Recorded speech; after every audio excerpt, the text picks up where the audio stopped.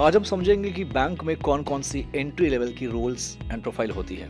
Branch banking यानी branches की बात करें तो CSO कस्टमर सर्विस ऑफिसर या कस्टमर सर्विस एग्जीक्यूटिव या फिर कहीं कस्टमर सर्विस एसोसिएट, ये सेम जॉब रोल्स हैं, अलग अलग नाम के साथ। मतलब डिफरेंट बैंक्स अपने अलग अलग प्रोफाइल के नाम यूज करती है। CSO या फिर CSE कस्टमर सर्विस ऑफिसर या कस्टमर सर्विस एग्जीक्यूटिव की जो सिटिंग होती है वो जनरली हेल्प डेस्क पे होती है। जब आप ब्रांच विजिट करते हो तो वहां पे आपने देखा होगा एक डेस्क होता है जहां पे लिखा रहता है how may I help you.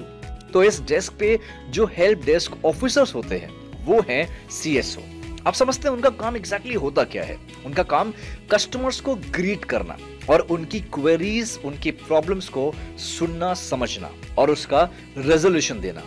Account related queries, balance inquiries या ट्रांजैक्शंस डिटेल्स प्रोवाइड कराना होता है इनका काम। कस्टमर्स की जो भी रिक्वेस्ट है जैसे चेकबुक, डेबिट या क्रेडिट कार्ड इशू करना, अकाउंट स्टेटमेंट के बारे में जानना, ये सारी चीजें प्रोसेस करने का काम होता है कस्टमर सर्विस ऑफिसर का। कस्टमर की जो कंप्लेंट्स होती है, उनके जो भी इश्यूज होते हैं उसको रिजॉल्व करना, ये सबसे इंपॉर्टेंट रोल है इनका। जो कॉम्प्लेक्स, जो बड़े बड़ी प्रॉब्लम्स होती है दोस्तों, जो बड़े बड़ी प्रॉब्लम्स होती है, कॉम्प्लेक्स प्रॉब्लम्स होती है, उनको रेलेवेंट डिपार्टमेंट या सीनियर स्टाफ को रेफर करना और इंश्योर करना कि उनको टाइम से उनके प्रॉब्लम का सोल्यूशन मिल जाए। Cash deposits, withdrawals, fund transfer, bill payments, ये सब कुछ प्रोसेस करने का काम होता है कस्टमर सर्विस ऑफिसर का। इसके अलावा अगर दूसरे रोल की बात करें तो वो है ब्रांच ऑपरेशंस एग्जीक्यूटिव। इनका काम होता है डेली कैश हैंडल करना, ट्रांजैक्शंस को मॉनिटर करना, जो KYC होता है, नो योर कस्टमर, और AML यानी एंटी मनी लॉन्ड्रिंग, इनके जो कंप्लेंसेस होते हैं उनको इंश्योर करने का काम होता है इनका। ब्रांच रिकॉर्ड्स और रिपोर्ट्स को मेंटेन करने का काम होता है ब्रांच ऑपरेशन एग्जीक्यूटिव का।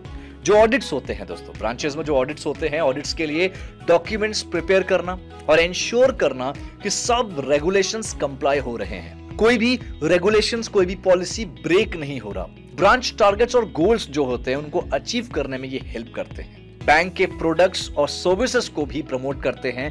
Cross selling and up selling भी इनका KRA का, इनका रिस्पॉन्सिबिलिटी का पार्ट होता है। अब नेक्स्ट अगर हम बात करें, बहुत ही इंपॉर्टेंट रोल है दोस्तों, ये है सेल्स ऑफिसर का। दोस्तों पता है, ज्यादातर एक मिथ है, हम लोगों के बीच में एक मिथ है कि सेल्स को लेकर, सेल्स ऑफिसर जॉब को लेकर एक मिथ है, जिसमें मैं एक अलग से, आप सबके सामने एक अलग से वीडियो आएगी जहां पे आप समझेंगे सेल्स क्या होता है, sales management and sales strategies क्या होती है। फिलहाल थोड़ा सा जानते हैं सेल्स ऑफिसर का काम होता क्या है एग्जैक्टली। बैंक के वेरियस प्रोडक्ट्स जैसे saving accounts, current accounts, fixed deposits, loans, credit cards, इस तरह के जितने प्रोडक्ट्स होते हैं बैंक के, उनको प्रमोट करना, उनका मार्केटिंग करना और उनको सेल करने का काम होता है सेल्स ऑफिसर का। पोटेंशियल कस्टमर्स को आइडेंटिफाई करना, उन्हें बैंक के प्रोडक्ट्स और सर्विसेज के बारे में जानकारी देना, सेल्स टारगेट को अचीव करना और रेगुलरली परफॉर्मेंस रिपोर्ट प्रिपेयर करना। जो एग्जिस्टिंग कस्टमर है आपके, उनके साथ एक बहुत ही अच्छा रिलेशनशिप बिल्डअप करना, कस्टमर की नीड्स को समझना और उन्हें एक सुटेबल फाइनेंशियल प्रोडक्ट रेकमेंड करना, ये सारे रिस्पॉन्सिबिलिटीज दोस्तों होते हैं आपके सेल्स ऑफिसर के। अब सबसे इंपॉर्टेंट चीज जो 99% सेल्स ऑफिसर नहीं करते, जी हाँ आपने सही सुना, 99% सेल्स ऑफिसर जो बैंक्स में नौकरी कर रहे हैं वो ये चीज नहीं फॉलो करते, वो है मार्केट ट्रेंड्स को समझना, कंपटीशन एनालिसिस करना, आपके जो कॉम्पिटिटर्स हैं वो एग्जैक्टली क्या कर रहे हैं उनको मॉनिटर करना, पोटेंशियल बिजनेस अपॉर्चुनिटीज को आइडेंटिफाई करना, सेल्स की स्ट्रैटेजी बनाना कि अगर आपको कोई XYZ प्रोडक्ट मिला है, उस प्रोडक्ट के बारे में आपको पूरी अच्छी जानकारी होनी चाहिए और उस प्रोडक्ट को सेल करने की क्या स्ट्रैटेजी है, क्या प्लानिंग एंड प्लॉटिंग है, ये आपको प्रॉपर ड्राफ्ट करना होता है। आपको बहुत अच्छे से मार्केट में उतर के या फिर अलग अलग पोर्टल्स के जरिए मार्केटिंग एनालिसिस भी करना होता है। न्यू लीड्स जनरेट करना थ्रू वेरियस चैनल्स जैसे cold calling, direct marketing, referrals या फिर सोशल मीडिया। इन अलग अलग प्लेटफॉर्म के जरिए आप एक नए लीड्स को जनरेट कर सकते हैं और उनको कन्वर्ट भी कर सकते हैं। सेल्स पाइपलाइन मैनेज करना और लीड्स को सक्सेसफुल कस्टमर्स में कन्वर्ट करना, सेल्स कैंपेन और प्रमोशनल एक्टिविटी में जोरों शोरों से भाग लेना, पार्टिसिपेट करना, ये सारे काम होते हैं सेल्स ऑफिसर के।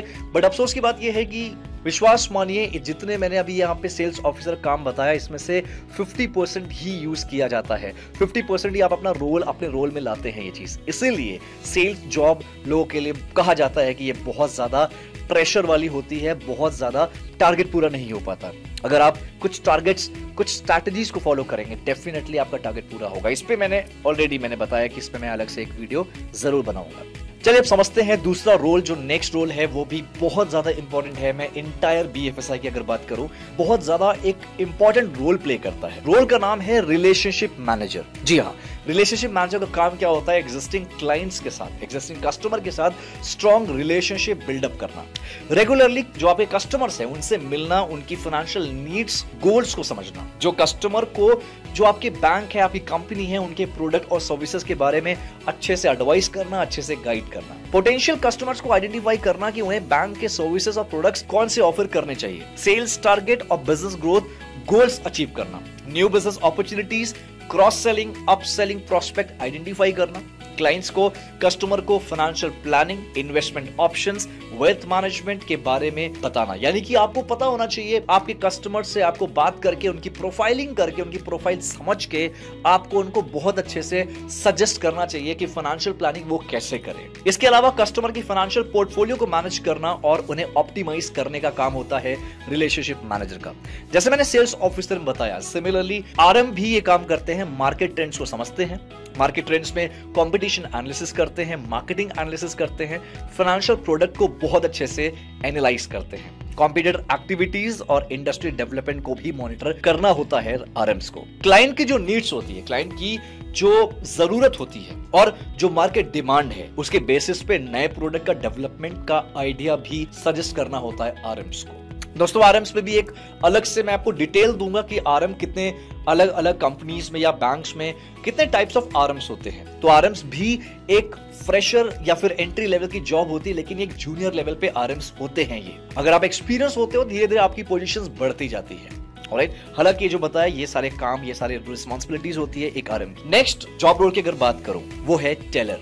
आप सबने सुना होगा टेलर मतलब कैशियर, जिसे हम कैशियर बोलते हैं चलती भाषा में।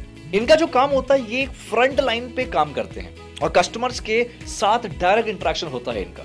कस्टमर्स से कैश डिपॉजिट्स और विड्रॉल्स प्रोसेस करना, कैश ट्रांजैक्शंस को एक्यूरेटली रिकॉर्ड करना एंड बैलेंस मेंटेन करना, कैश काउंटिंग, वेरीफाइंग एंड डिस्पेंसीज जो होती है उसको रिजॉल्व करना, चेक डिपॉजिट्स प्रोसेस करना और चेक्स को वेरीफाई करना। एंड ऑफ द डे पे एक रिपोर्ट प्रिपेयर करते हैं कैशियर या फिर टेलर और ब्रांच मैनेजर को सबमिट करते हैं। रेगुलेटरी और कंप्लायंस रिक्वायरमेंट को फॉलो करना होता है इनको। सस्पिशियस ट्रांजैक्शन, सबसे इंपॉर्टेंट बात, जो टेलर का सबसे इंपॉर्टेंट रोल है वो ये भी है कि टेलर को सस्पिशियस ट्रांजैक्शंस को आइडेंटिफाई करना होता है, रिपोर्ट करना होता है, एंड अकाउंट स्टेटमेंट और ट्रांजैक्शन हिस्ट्री भी प्रोवाइड करना होता है। अब बात करेंगे, बहुत ज्यादा डिमांडिंग रोल है जिसकी मैं बात करने जा रहा हूं। ये बेसिकली आपको फिनटेक इंडस्ट्री यानी कि फाइनेंस कंपनी जो होती है वहां पे आपको देखने को मिलेगा।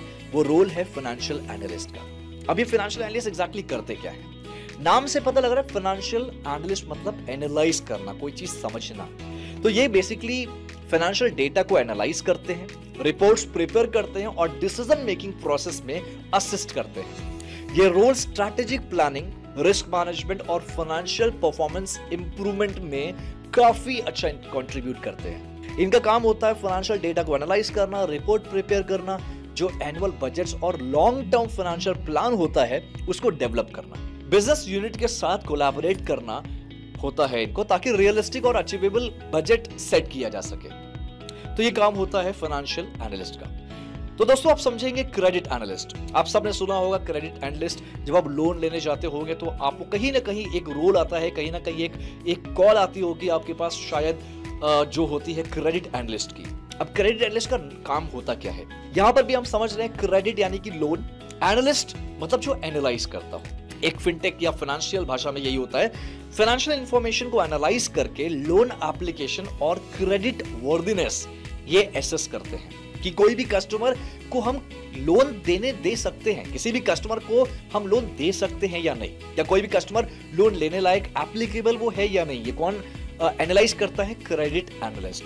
ये रोल रिस्क मैनेजमेंट और फाइनेंशियल स्टेबिलिटी इंश्योर करने के लिए बहुत क्रूशियल होता है। नेक्स्ट जो रोल है दोस्तों वो है इंश्योरेंस सेल्स एजेंट। रिस्पॉन्सिबिलिटी इनकी होती है इंश्योरेंस पॉलिसी सेल करना, न्यू क्लाइंट्स अक्वायर करना, एग्जिस्टिंग क्लाइंट्स को सपोर्ट करना और एडवाइस प्रोवाइड करना। इसके अलावा है क्लेम्स ऑफिसर, यानी कि इनकी जो जिम्मेदारी है, जो रोल है वो है इंश्योरेंस क्लेम प्रोसेस करना, क्लेम डॉक्यूमेंटेशन वेरीफाई करना, क्लाइंट क्वेरी को हैंडल करना। इसके अलावा जैसे अंडरराइटर हो गया, क्लेम ऑफिसर हो गया, रिलेशनशिप मैनेजर हो गया, इनके अलग अलग हायरार्की होती है दोस्तों। ये स्टार्ट तो करेंगे as a claim officer, as a RM, as a underwriter junior level पे। तो अंडरराइटर अगर जूनियर लेवल पे आप ज्वाइन करते हो, एंट्री लेवल पे ज्वाइन करते हो, तो आपका काम होता है इंश्योरेंस एप्लीकेशन को इवैल्यूएट करना, रिस्क असेसमेंट करना, अंडरराइटिंग पॉलिसीज को फॉलो करना। तो दोस्तों ये कुछ ब्रीफ में रोल्स थे।